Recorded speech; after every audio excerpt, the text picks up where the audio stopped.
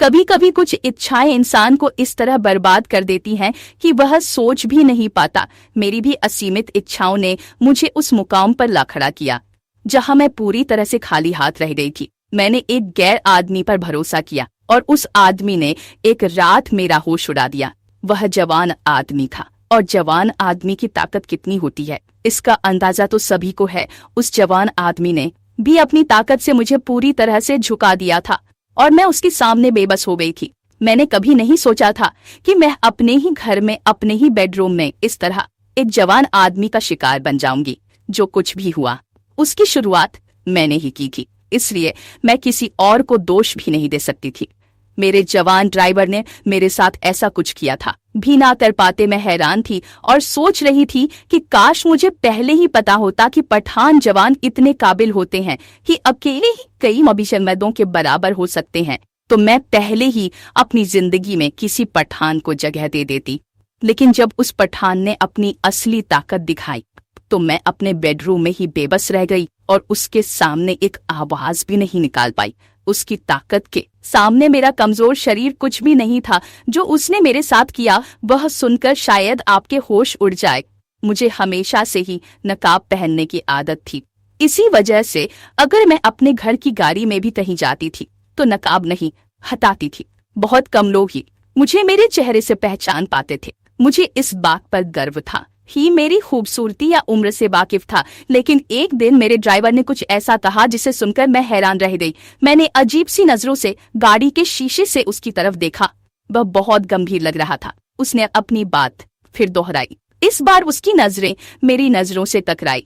मैंने तुरंत नजरें हटा ली। बीबी जी, बस एक मौका दीजिए और देखिएगा कि मैं आपको कितना खुश कर दूंगा। आप मेरी एहसानमंद रहेंगी और बार बार मुझे मौका देंगी। उसकी बातें सुनकर मैं थोड़ी घबरा गई थी। पता नहीं वह किस मौके की बात कर रहा था और मुझसे क्या चाहता था। मैंने उसकी बात का कोई जवाब नहीं दिया और खिड़की से बाहर देखती रही। मेरा नाम शीशम है और मेरा ताल्लुक दुबई से है। मेरा जन्म भी वही हुआ था। मेरे माता पिता भारत से थे, लेकिन मैं कभी भारत नहीं गई। माँ बाप की वजह से मेरी उर्दू बहुत अच्छी थी, इसलिए मैं अपने सभी कर्मचारी भी भारत से आए हुए ही रखती थी। मैं शादीशुदा हूँ और मेरी शादी को 4 साल होने वाले हैं। मेरे पति कारोबार के सिलसिले में ज्यादातर भारत में रहते थे। कुछ साल पहले ही हम दुबई शिफ्ट हुए थे, जहाँ मेरे पति ने नया कारोबार शुरू किया। वह कभी दुबई और कभी भारत रहते। उनकी गैर मौजूदगी में मैं अकेले ही कारोबार संभालती और घर का काम काज भी देखती। हमने घर में सारे नौकर भरोसेमंद रखे थे, इसलिए मेरे पति को मुझे अकेला छोड़ने में कोई परेशानी नहीं होती थी।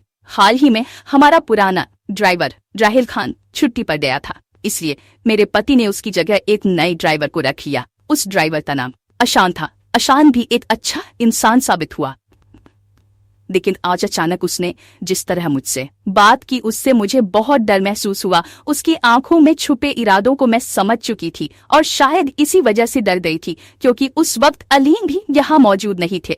उस समय मेरे दिल में ख्याल आया कि पता नहीं अशान अकेला है या उसके पीछे कोई और भी है। मैं एक जवान औरत थी और यह सोच मेरे लिए बहुत डरावनी थी कि वह मुझसे अकेले में कोई मौका तलाश रहा था। अशान ने मुझे घर छोड़ दिया और मैं गाड़ी से उतरकर अंदर चली आई, लेकिन मेरी नजर इधर उधर घूम रही थी। मेरी छठी इंद्रिय हमेशा तेजी से काम करती है, इसलिए मैं अपने आसपास किसी खतरा आभास करने की कोशिश कर रही थी। मैं अपने कमरे में जाकर दरवाजा बंद कर लिया और बिस्तर पर लेटकर गहरी गहरी सांसें लेने लगी। सामने ही अलीम की एक बड़ी तस्वीर लगी हुई थी। मुझे अलीम पर बहुत गुस्सा रहा था कि उन्होंने घर में एक अजनबी आदमी को रखने की जरूरत क्यों समझी। उसकी नीयत में कितना खोट था यह हमें क्या पता। और फिर अलीम मुझे अकेला छोड़कर चले भी गए थे। पिछले 2 दिनों से हमारी पुरानी नौकरानी भी छुट्टी पर थी। इन सब बातों ने मुझे परेशान कर दिया था। इन्हीं ख्यालों में खोकर मैंने अलीम को फोन मिलाया ताकि उनकी वापसी का पता चल सके। उसका फोन उसकी सेक्रेटरी ने उठाया और कहा, अलीम साहब बहुत व्यस्त हैं, आप बाद में बात कीजिए। उसकी सेक्रेटरी की आवाज सुनकर मेरा तन बदन जलने लगा। मैं उनकी पत्नी थी, लेकिन माँ मुझे कभी अपने साथ कहीं नहीं ले जाते। उन्होंने मुझे सिर्फ कारोबार में उलझा रखा था, जबकि खुद अपनी सेक्रेटरी के साथ दुनिया घूमते फिरते। फिर पीछे से आती गानों और शोर की आवाजों से मुझे साफ पता चल गया था कि मेरा पति उस वक्त कहाँ होगा और क्या कर रहा होगा। गुस्से में मैंने फोन उठाकर दीवार पर फेंक दिया। तभी कमरे का दरवाजा खटखटाया गया। जैसे ही मैंने पूछा कौन है, बाहर से अशान की आवाज आई। वह उस वक्त मेरे कमरे के दरवाजे पर क्या दरवाजा खोला। मुझे देखकर अशान मुस्कुराया तो मैं और ज्यादा सिमट गई। उसने मेरा पर्स मेरी तरफ बढ़ाते हुए कहा, मैडम जी आप तो अपना पर्स गाड़ी में ही भूल आई थी, अपनी चीजों का ख्याल रखा करें। पर्स देखकर मेरी जान में जान आई कि वह किसी खास मकसद से नहीं बल्कि पर्स लौटाने आया था। मैंने पर्स लेकर जैसे ही दरवाजा बंद करने की कोशिश की, उसने अचानक कहा, मैडम जी अकेले में एक मौका दे तो देखिए, अलीम साहब यहाँ नहीं है। मैं आपको ऐसा खुश कर दूंगा कि आप देखती रह जाएंगी, किसी को कानो कान खबर भी नहीं होगी और आपका काम भी हो जाएगा। अगर कोई और मौका होता तो मैं तो उसकी औकात याद दिला देती, लेकिन उस वक्त मेरे दिमाग में अलीम की सेक्रेटरी की आवाज गूंज रही थी। मैं अलीम की इजाजत के बिना एक कदम भी नहीं उठा सकती थी। और वह मेरे पीछे अपनी मर्जी से ऐश करता था। गुस्से में मैंने अलीम के खिलाफ जाने का फैसला कर लिया। मैंने सोचा अगर वह अपनी मर्जी से सब कुछ कर सकता है तो मैं भी अपनी जिंदगी के कुछ फैसले अपनी मर्जी से कर सकती हूँ। वैसे भी वह मुझे हमेशा कम अकल समझता था। वे आसानी से मुझे धोखा देकर भारत चला जाता और अपनी जिंदगी अपनी मर्जी से जीता था, जबकि मुझे कारोबार में इस तरह उलझा कर छोड़ जाता कि उसकी खैरियत पूछने का भी मौका नहीं मिलता था। मैंने उसी पल फैसला कर लिया कि मैं न केवल अर्शा को एक मौका दूंगी बल्कि बात को पूरी तरह से राज में रखूंगी। अलीम को कभी यह पता नहीं चलने दूंगी कि मैंने उसके पीछे कुछ किया है। अगर अलीम अपनी मर्जी कर सकता था तो मैं भी क्यों पीछे रहूं। यही सोचकर मैंने कमरे का दरवाजा खुला छोड़ दिया और अर्शा को अंदर आने का इशारा किया। उस समय घर पर मैं बिल्कुल अकेली थी और यह मौका उस काम के लिए बहुत ही सही था। अलीम ने हमेशा से ही मेरी देखरेख के लिए शाह खाला को मेरे सिर पर बिठा रखा था। वह अलीम की गैर मौजूदगी में न केवल हर समय मेरे साथ रहती थी बल्कि घर की हर छोटी बड़ी बात में रहते हुए भी मेरे हर पल की खबर रखते थे। उनके साथ मेरी जिंदगी किसी कैदी की तरह लगने लगी थी, जबकि मुझे उनके किसी भी पल का कोई अंदाजा नहीं होता था। इसलिए मैंने उस कमजोर पल में ही यह फैसला कर लिया कि अब मैं अपनी जिंदगी के अलग रास्ते तक नहीं पहुंचेगी। वह मुस्कुराते हुए बोला, मैडम जी भरोसा कीजिए, मैं यह बात कभी किसी के सामने नहीं कहूंगा और इस तरह खुश करूंगा कि आप हैरान रह जाएंगी। मुझे अशान की बात पर यकीन आ गया था, इसलिए मैंने अपने चेहरे से नकाब हटा दिया और उससे कहा, ठीक है, मैं तुम्हें आज रात का मौका देती हूँ।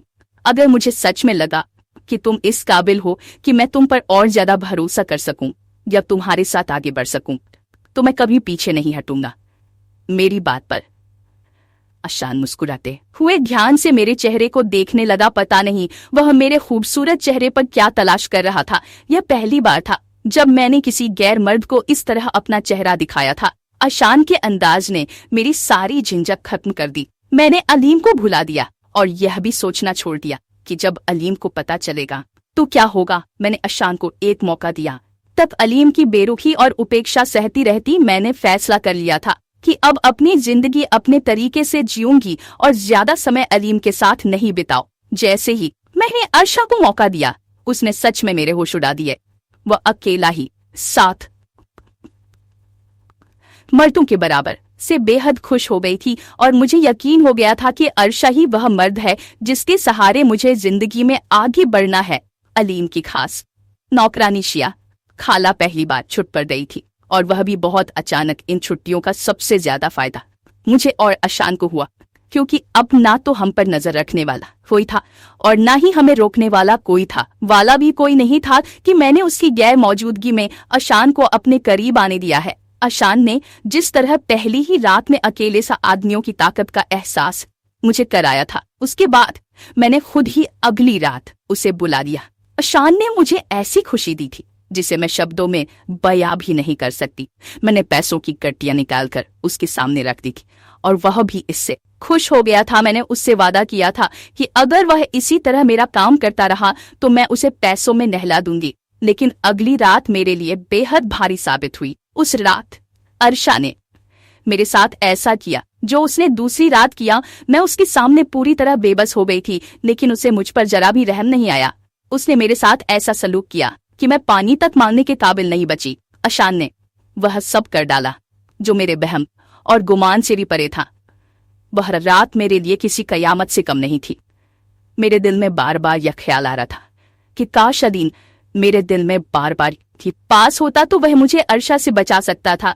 अरशाम तो अपनी हदें पार कर चुका था। ये जानकर आपके भी रोंगटे खड़े हो जाएंगे कि अलीम की गैर मौजूदगी का फायदा उठाकर अर्शा ने उस रात मेरे साथ क्या क्या किया। उसने तो मुझे जीने के लायक भी नहीं छोड़ा। जब अर्शा ने अपना मकसद पूरा कर लिया तो उसने धीरे धीरे मुझे यह बताना शुरू किया कि वह मेरे साथ इतना कुछ कैसे कर पाया। उसने कैसे एक ही रात में 7 आदमी जितनी ताकत का प्रदर्शन किया। अशान की सच्चाई ने मेरे होश उड़ा दिए। वह अचानक मेरा ड्राइवर बनकर मेरी जिंदगी में नहीं आया था। उसकी नजर मुझ पर बहुत पहले से थी। मैं यह सोचती थी कि मुझे कोई पहचानता भी नहीं, लेकिन यह मेरी गलतफहमी थी। अशान मेरे खूबसूरत चेहरे से बहुत पहले ही वाकिफ हो चुका था। वह हमारे घर में नौकरी करने भी इसी इरादे से आया था क्योंकि उसकी नजर मुझ पर थी और उसे मेरे करीब आना था। वह मुझसे एक करीबी रिश्ता चाहता था ताकि वह अपना मकसद पूरा कर सके। जिस दिन उसने देखा कि नहीं अलीम मौजूद है और नहीं शिया खाला, उसने इस मौके का भरपूर फायदा समझाने और मना करने के बावजूद मैंने एक अजनबी आदमी पर भरोसा कर लिया। अश कहने लगा कि उसने बहुत पहले मेरी तस्वीर देखी थी और फिर एक दिन अचानक मैं उसे नजर आ गई। वो कुछ ऐसा कि कुछ महीनों पहले मेरी तबीयत ठीक नहीं थी। मैं अपने काम के सिलसिले में कहीं जा रही थी कि रास्ते में अचानक बेहोश हो गई। मेरे पुराने ड्राइवर ने देखा कि मैं कार में बेहोश हो गई। तो वह फौरन मुझे पास के अस्पताल ले गया। जैसे ही उसने मुझे कार से उतारकर स्ट्रेचर पर लिटाया, मेरा नकाब हट गया और उसने मेरा चेहरा देख लिया। वह अशान का दोस्त था और उसने फौरन अर्शा को मेरे बारे में खबर दे दी। अशान ने पहले ही मेरी तस्वीर अपने दोस्त को देखकर कहा था कि वह मुझे ढूंढ रहा है। बस वही एक पल मेरी जिंदगी का सबसे बड़ा ग्रहण साबित हुआ। अशान को पता चल गया कि मैं कहाँ रहती हूँ और वह मुझ तक कैसे पहुँच सकता है। उसने जानबूझकर एक योजना बनाई और अपने दोस्त को नौकरी से निकलवा कर खुद उसकी जगह गया। अशान को मेरे पति अलीम से मिलवाने वाला वही ड्राइवर था जिसने हमारी नौकरी छोड़ी थी। वह अर्शा का गहरा दोस्त और साथी था और यह सब उसने अरशाम के कहने पर किया था। अशान हमारे घर का हिस्सा बन गया। धीरे धीरे उसने हमारे बारे में सारी जानकारी जुटा ली और सही मौके पर उसने मुझसे एक मौका मांगा। मैं घबरा गई और समझ नहीं पाई कि अचानक वह मुझसे ऐसा क्यों कह रहा है। पहले तो मुझे डर महसूस हुआ क्योंकि हमारा कारोबार अलीम के पास बहुत पैसा था और मेरी एक गलती सब कुछ खत्म कर सकती थी। लेकिन जैसे ही मुझे अलीम की बेरुखी का एहसास हुआ, मैंने अगले ही पल यह फैसला कर लिया कि अब मैं भी अपनी जिंदगी में आगे बढ़ने की कोशिश करूंगी। शायद यही मेरी जिंदगी का सबसे गलत फैसला था। अलीम और मेरी शादी को 30 साल हो चुके थे, लेकिन न हमारी कोई औलाद थी, न अलीम को औलाद थी, न अलीम को औलाद की कोई ख्वाहिश थी। मैं माँ बन सकती थी, लेकिन अलीम ने मुझे कभी माँ बनने ही नहीं दिया। हो वह मेरा बच्चा साफ करवा देता, इस बात ने मुझे पहले ही दुखी कर दिया था।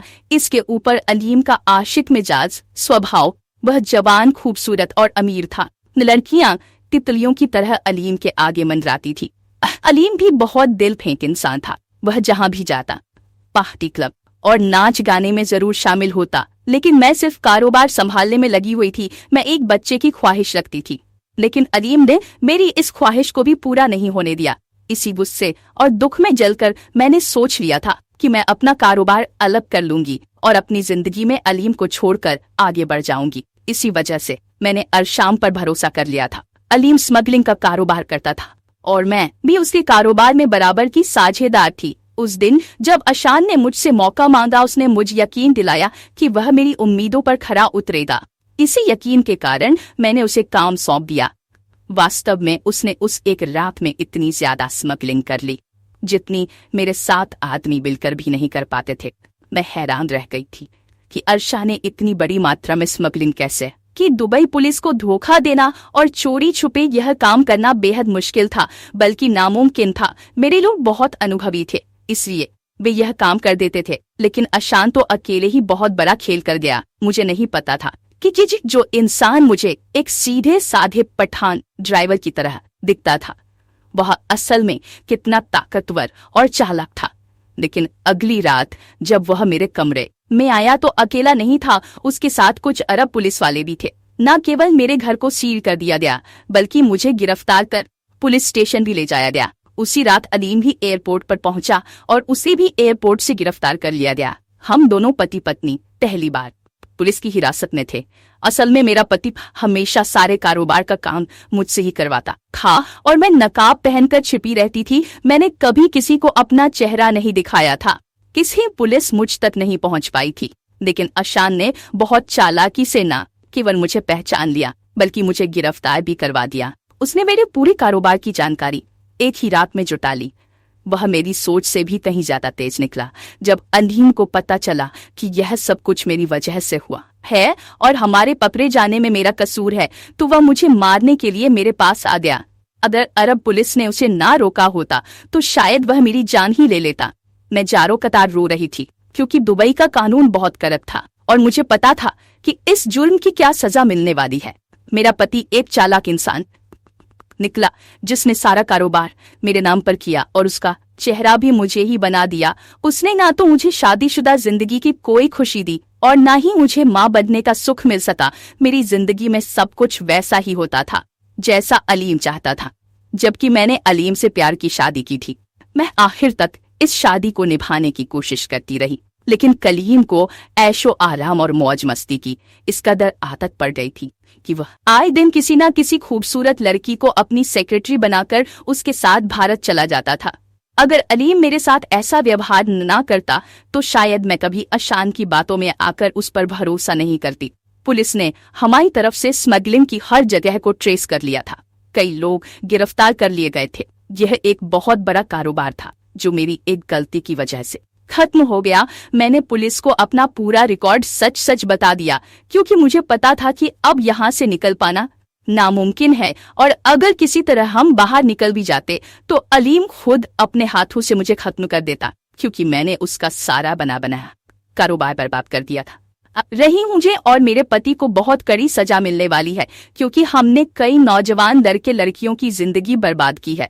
अर्शा पठान जरूर था, लेकिन वह एक अरब पुलिस वाला था जिसने अपनी जिम्मेदारी पूरी ईमानदारी मौके ने मेरी पूरी जिंदगी बदल दी। मैं अपने बड़े से बंगले से उठकर जेल की सलाखों के पीछे पहुंच गई।